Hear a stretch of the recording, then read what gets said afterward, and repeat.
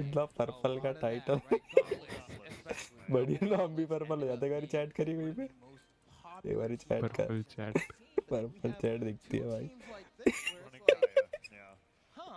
अरे हाँ कहाँ है? अरे नहीं अरे इस पे एक तो मॉड भी देखो, स्टार्ट हो गया। स्ट्रीम पे जाओ, इसको मॉड हटा देना। Number one is we've got Onyx and Kaya versus Taros and Kaya, and Laura's already getting spiked off the bottom right side of the stage. Wait, that's the second stock that's gone down. Okay. Wait, what? Okay. So the game's been going for a little bit. So here we go. Okay. Already 5 stocks to 3.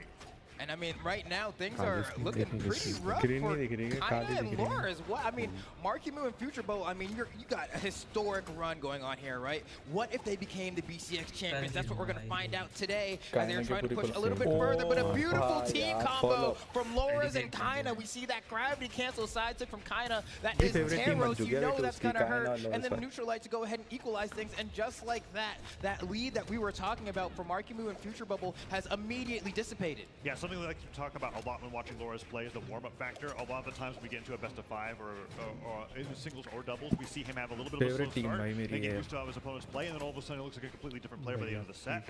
Seeing Laura's go down this early on is not a surprise to me, but seeing them adapt this quickly might be a bad sign for the blue team here if they're able to take this game number 1, because it was so good for his heroes here. That side gets the side down air, could get the spike on Laura's, he goes down here, it's a 1v2 for Kaina, but he gets the pogo on the way back, and that could be Marky Moo going down to 1 stock. Sider hits, he doesn't get his jumps back, and Future Bubble fails to save, and that down is going to take him down. It's now 3 stocks to 1, and Marky Moo has to fight a 1v2. That one's kind of rough because Marky Moo and Future Bubble did have a guaranteed conversion there that they ended up dropping, and that would have been the difference maybe here. But now Marky can go ahead and try to make the impossible possible. Loris does have quite a bit of damage racked up. Look at their team conversions off of a single hit. They don't need the sandwich in order to make it happen, but it looks like they find one right here, and that's going to be a conversion into the neutral sig, and Kaina and Loras are going to take game 1. Solid comeback from the very beginning of that. Yeah, that was with a set to get their bearings after that one. तू गे साले कूरो, तू गे eigen मुबड़े, stabilizing and being the person who's the combo starter for the very end there in that 1v2. We saw that Kaina and Laura is so good at being able to set up whether, फिर से same वो लेके आए or the spear. Their combo starter, sideline air or downline side air, always leads into the same kind of follow-up. So they're jumping over each other to be able to get that extra damage. They did it so perfectly there to be able to bring Marky Moo down and out for that game number 1. So here we go, game 2 back to Demon Islands. And yeah, that's the evolution of 2v2, right? It used to be like, oh, right, we'll rehearse this one team combo that we do when we have the 2v1, and now it's evolved into, we will team combo off of any stray hit that we pass to our opponent, or rather to our teammate, and so far, it's starting to be shades of that here as we're going into game 2. The damage is relatively even across the board here as Laura's getting the neutral layers onto Marky Moo on the side. Future Bubble trying to go ahead and offer some support, and they're just doing a good job of trading and swapping the targets. Can they get an edge guard on Lars here? Oh, can't save Marky Moo there, but Future Bubble gets a side sig, and that's going to equalize the stocks. Nice. Very important that Future Bubble is on that stock there because Marky Moo ended up being the first one so early on, so kind of goes down. Future Bubble, however, doesn't touch the stage, falls, and now Laura is fighting Marky Moo up the right side of the stage, gets the recovery, gets the pogo, the downlane, and Future Bubble in there with the save, but Marky Moo already taking a lot of damage here, and Laura is still fresh on this first stock. Let's see what he's able to do. Falls in with that nair. Silent recovery. He's going to take him down. Kaina's got to run away. He avoids the gauntlet nair, so doesn't get stuck with the team combo. And he looks like he's going to be fine as Loris picks up a bow. Goes right back to team combo नहीं आते इनको कुछ भी. Kaina और Loris को तो आते हैं. Last time भी tournament में बहुत तगड़ा खेला था. In on the Kaina a little bit here. Kaina's going to go ahead and push Future Bubble away. And I don't think they want these 2 separate 1v1s. I think they need to reconvene in the center of the stage. But Marky has been disarmed. Going to be able to pick up that cannon. And now the blue team has a chance to go ahead and get something started. Marky is popping off on the side. Kaina immediately recognizes the situation. Loris is gone. Future Bubble should be able to make it back. Yes, both members of the blue team know a side air from Kaina, making sure that someone will bleed for the stock of his fallen brother. भाई कितना grounded खेलता है. मैं नहीं खेल पाऊंगा कभी भी Kaina के लिए. जिंदगी में नहीं खेल सकता मैं इसके अगेंस्ट कभी. चिपक के ही खेलेगा. हैमर आया तो स्टॉम्प ही शेयर मारेगा वो. Look at that sidelight nair, sider on the Marky Moo. So much damage coming through as Future Bubble tries to save, but ends up getting some extra friendly fire in there. देखो कैसे चिपका हुआ धरती में. Aerial attack throw ही नहीं करता. Marky is really in a tough spot here in the red already, kind of throwing out down 6, trying to get rid of Markimu from the picture immediately, but Marky popping off here, Future Bubble trying to pass after that, and it looks like there may be a chance here. Marky gets one, and Kaina is coming back. They need to get Loras right now. He's in the sweat beads, and only a neutral light is it. तो जीते बड़े कायना तो छील लेगा अकेले अरे यार game है कायना यार मेरे ऐसा टेरोस है मेरा बैठा तो कह रहा साहिल 19-20 का ही फर्क है मैं तो कह रहा हूँ for example in that sequence instead of that being a neutral light, right? What if that was a signature of some kind, maybe a side 6, maybe a down 6, something that would guarantee get you the stock there and maybe create that 2v1, but it's a tough spot because your partner is also right there and you're not trying to have a situation where like you accidentally KO your teammate, right? So like how do you convert right there to Future Bubble? It's a tough spot to be in, but I still think they can do it, Taza. I haven't given up hope. Still have a game 5 in them. नहीं stream पे गाली नहीं देगा गंदे बच्चे के भाई marquee को खेल रहा भाई तेरा फेवरेट है वेट भाई अभी खोल रहा हूँ बस स्क्रीन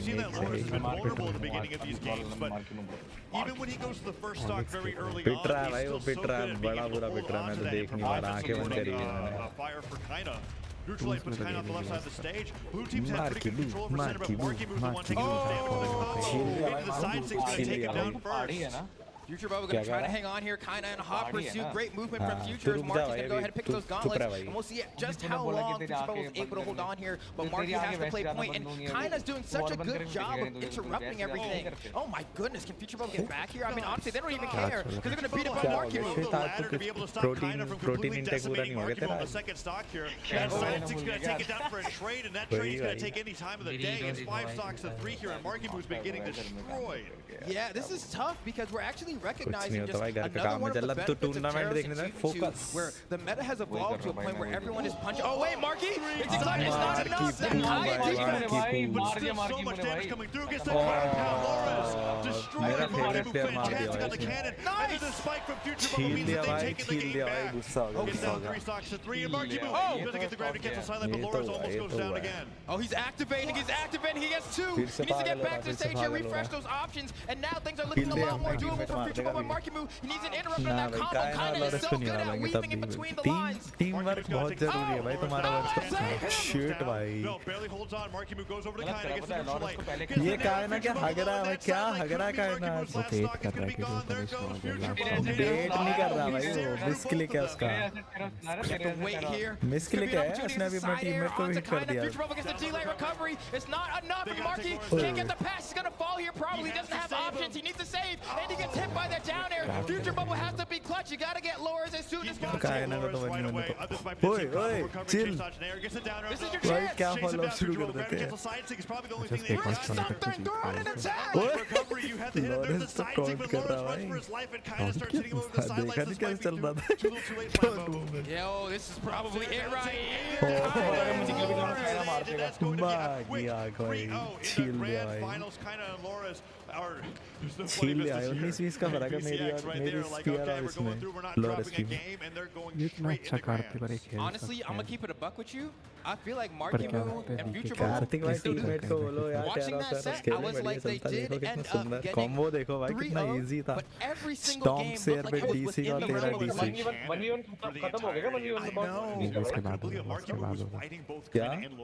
बहुत बढ़िया भी अगली प्रेडिक्शन देखते हैं किसकी like weapon throws and other things to interrupt attacks that was hitting Markimu, but it was too late because Markimu lost those first 2 stocks in like a minute. Yeah, and that's the thing, right? You're going for weapon throws, you're trying to interrupt, but if you're doing this back and forth of I'm going to start a team combo, we're going to interrupt that. Prediction, okay, experience now or we're going to start a team combo, we're going to interrupt that. Taros always gets more damage per engagement just based off of the character that he is. So if Kaina's interrupting your combo with a single or side light, it's going to take everything in comparison to like the end light from bow or something, you know? Yeah, we see that किसके साथ ही ज़ैन के साथ तो नहीं चलेगा ज़ैन तो कल पिट रहा था मेरे को याद से क्यों आ रहा है किसी के साथ इसी मार्की के साथ तो खेल रहा था कल ज़ैन ज़ैन तो 2v2 लगा दिया समझ गया और कॉम्बी के साथ भाई एक्सपीरियंस भी तगड़ा खेलता और इसी तो चलाता ना एक्सपीरियंस I think. बेस्ट वाले एक्सपीरियंस तो सब 1v1 भी अच्छा खेलता है 2v2 भी अच्छा खेलता है भाई 10,000 लगा दिए बहुत पैसा है यार मोटा ये लो And चल that downside Experience. is so much damage. तो Like, लगे it कि नहीं is लगे insane. और ये Man, वैसे China and ban Lars are करके looking pretty लोगों को impactful though. Double I have to give it up, man. Like, Like the nod from that too. Not लगे कि नहीं but मेरे yeah, 10,000 we were quick about it. लग गए होंगे मैंने कैसे लगा कैसे लगा रहे तुम लोग क्या चल रहा है what the fuck चुप रहे Undefeated बताओ मत grand finals at BCX लगा दे 2020. मोटा पैसा झा तेरी Not मैं इसकी eliminated from the bracket, going into the सही elimination बात है वैसे final. की तेरा And they're going to be अरे fighting भाई मैं भी the पैसे winner लगा of रहा the हूँ रुक matchup जा coming इसकी up भैंस next. की and you know, it would be भाई सच चलो ridiculous देखो if कैसे हम after लगा वो ना खेले mid-season, भाई कुछ where और we see white China pull up with 2 belts on each, like he has a कितना belt on each toxic shoulder, होता जा right? रहा भाई He's like, oh, I नहीं won क्या 2v2, होगा I भाई won 1v1. What if he did it मैंने again? सिखाया भाई है। वेस्ली में ये भी जीत सकते हैं Strong contender to do it, क्या right? बोलते हैं We're talking 10 about kilo the भाई beginning मैं of तो बताऊंगा कि अच्छा, 10,000 लगा दी तेरे भाई ने सीधे भाई ही डबल लेंस आ जाए यार दोनों की लेंस बहुत अच्छी है डबल लेंस आनी चाहिए भाई with them this week. गे Right? भाई Both of गे them could be भाई ones डबल and लेंस twos आज can खेलेंगे तो डबल ही वेस्ली पहले लेंस का प्लेयर था ना प्रॉपर लेंस प्लेयर था पहले वेस्ली पता है over Marky Moose team. गॉन्टलेट्स Wow.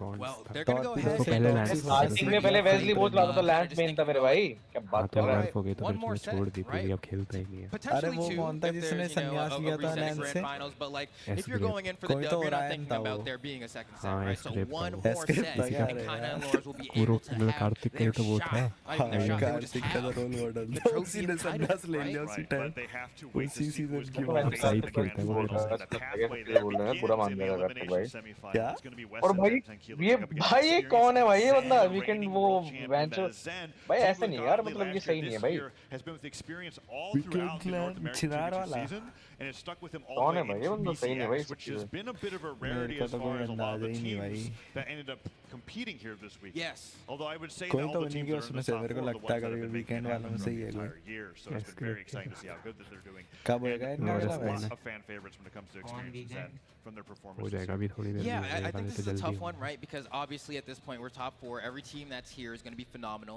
आज But मेरा also, होने अरे वाला मेरे है। को बैठ मेरे को वो experience in मेरे Zen. को वो मिल गया This is like what they're V5 known वाला for. चाहिए किसी You को know what I mean? मतलब Like, you look V5 at the ही है singles V4 bracket. Where was है Experience? V4 Not even चाहिए किसी को Like I don't know, you gay know, because he cares Pinky so color much है ना more उसका about तो? twos. Yeah, it's tradition for Experience to be like, yeah, singles isn't my हाँ, game. pinky But every color once in a while, there's like that Shwet one भी bracket of the starting year से where Yeah. he's top 8 and he's just like, I love singles again. एस्क्रिप And खेल he's रहा like, था I'm और just आया joking. Lord's Goes का right back आया to 2v2. So के consistent. सामने अबे नहीं बहुत सारा मैंने दिया। मैच तो ये वाला मैंने मैच तो ये वाला देखा जब मैं अभी इस पे आया हूँ मैंने फोन चालू करके हाँ स्टार्टिंग थी कार्तिक ने मेरे को बोला था नहीं एस्क्रिप का मैच नहीं देखा वो रायन खेलने लग गया फिर से नहीं नहीं अब तो टूस में खेलता हूँ पर वंस में तो कोई पूरा सेल्फ switch हो गया। रिस्पेक्ट नहीं है वंस में तो बस वो खेलता है वेजिटा वाली प्राइस नहीं इन लोगों भाई मेरे को पता है कौन है वीकेंड लैंड चिनार मैं बताऊं कौन है अलोन है Yeah, and we alone go वाई ahead and phone take a look वाली at आईडी some of से the आते हैं highlights from Experience in Zen कौन because कह रहा है? honestly have been an Yeah, Aizen कह रहा है, सही absolute बात है। monster of a team all year, नहीं but भाई, मेरे हिसाब से also Alone तो they नहीं have करेगा a bit of a flashy kind of zest to them.